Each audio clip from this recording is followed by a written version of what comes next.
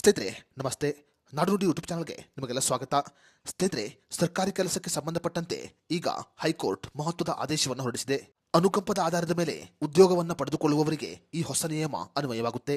ಅನುಕಂಪದ ಆಧಾರದ ಮೇಲೆ ಉದ್ಯೋಗವನ್ನು ಪಡೆದುಕೊಳ್ಳುವವರು ಮತ್ತು ಈಗಾಗಲೇ ಸರ್ಕಾರಿ ಕೆಲಸದಲ್ಲಿ ಇರುವವರು ಈ ನಿಯಮವನ್ನು ಕಡ್ಡಾಯವಾಗಿ ತಿಳಿದುಕೊಳ್ಳಬೇಕು.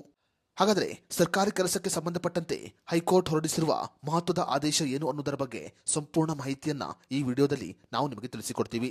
ವಿಡಿಯೋ ತುಂಬಾ ಇನ್ಫಾರ್ಮೇಟಿವ್ ಆಗಿದೆ, ಎಲ್ಲೂ ಸ್ಕಿಪ್ ಮಾಡದೆ ನೋಡಿ. ಹಾಗೂ ಈ ಮಾಹಿತಿಯನ್ನ ಪ್ರತಿಯೊಬ್ಬ ಸರ್ಕಾರಿ ನೌಕರರಿಗೆ ಶೇರ್ ಮಾಡಿ. ಸ್ನೇಹಿತರೆ, ಭಾರತೀಯ ನಿಯಮದ ಪ್ರಕಾರ ದತ್ತು ಪಡೆದುಕೊಂಡ ಗಂಡು ಅಥವಾ ಹೆಣ್ಣು ಮಗಳು ಅನುಕಂಪದ ಆಧಾರದ ಮೇಲೆ ಉದ್ಯೋಗವನ್ನು ಪಡೆದುಕೊಳ್ಳಲು ಅರ್ಹತೆಯನ್ನ ಪಡೆದುಕೊಂಡಿರುತ್ತಾರೆ.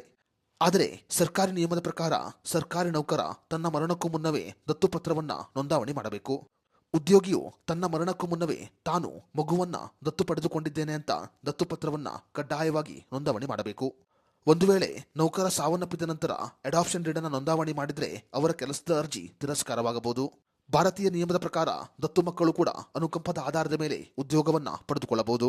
ಕೆಲವು ಸಮಯದಲ್ಲಿ ಸಾವನ್ನಪ್ಪಿದ 2 ತಿಂಗಳ ಒಳಗಾಗಿ ಅಡಾಪ್ಷನ್ ಡೀಡ್ ಅನ್ನು ನೋಂದಾವಣಿ ಮಾಡಿದ್ರೆ ಅವರು ಅನುಕಂಪದ ಆಧಾರದ ಮೇಲೆ ಉದ್ಯೋಗವನ್ನ ಪಡೆದುಕೊಳ್ಳಬಹುದು. ಹೈಕೋರ್ಟ್ ಹೊರಡಿಸಿರುವ ಆದೇಶದ ಪ್ರಕಾರ ನೌಕರ ಸಾವನ್ನಪ್ಪಿದ 2 ತಿಂಗಳ ಒಳಗಾಗಿ ಅಡಾಪ್ಷನ್ ಡೀಡ್ ಅನ್ನ ನೋಂದಾವಣಿ ಮಾಡಿಕೊಳ್ಳಬಹುದು. 2 ತಿಂಗಳ ಒಳಗಾಗಿ ಅಡಾಪ್ಷನ್ ಡೀಡ್ ಅನ್ನ ನೋಂದಾವಣಿ ಮಾಡಿಕೊಂಡ ಬಳಿಕ ಅಧಿಕಾರಿಗಳ ಮನವೊಲಿಸಿ ಅನುಕಂಪದ ಆಧಾರದ ಮೇಲೆ ಉದ್ಯೋಗವನ್ನ ಪಡೆದುಕೊಳ್ಳಬಹುದು. 2 ತಿಂಗಳಿಗಿಂತ ಹೆಚ್ಚಿನ ಸಮಯವನ್ನು ಪಡೆದುಕೊಂಡರೆ ಅವರು ಅನುಕಂಪದ ಆಧಾರದ ಮೇಲೆ ಉದ್ಯೋಗವನ್ನು ಪಡೆದುಕೊಳ್ಳಲು ಸಾಧ್ಯವಿಲ್ಲ.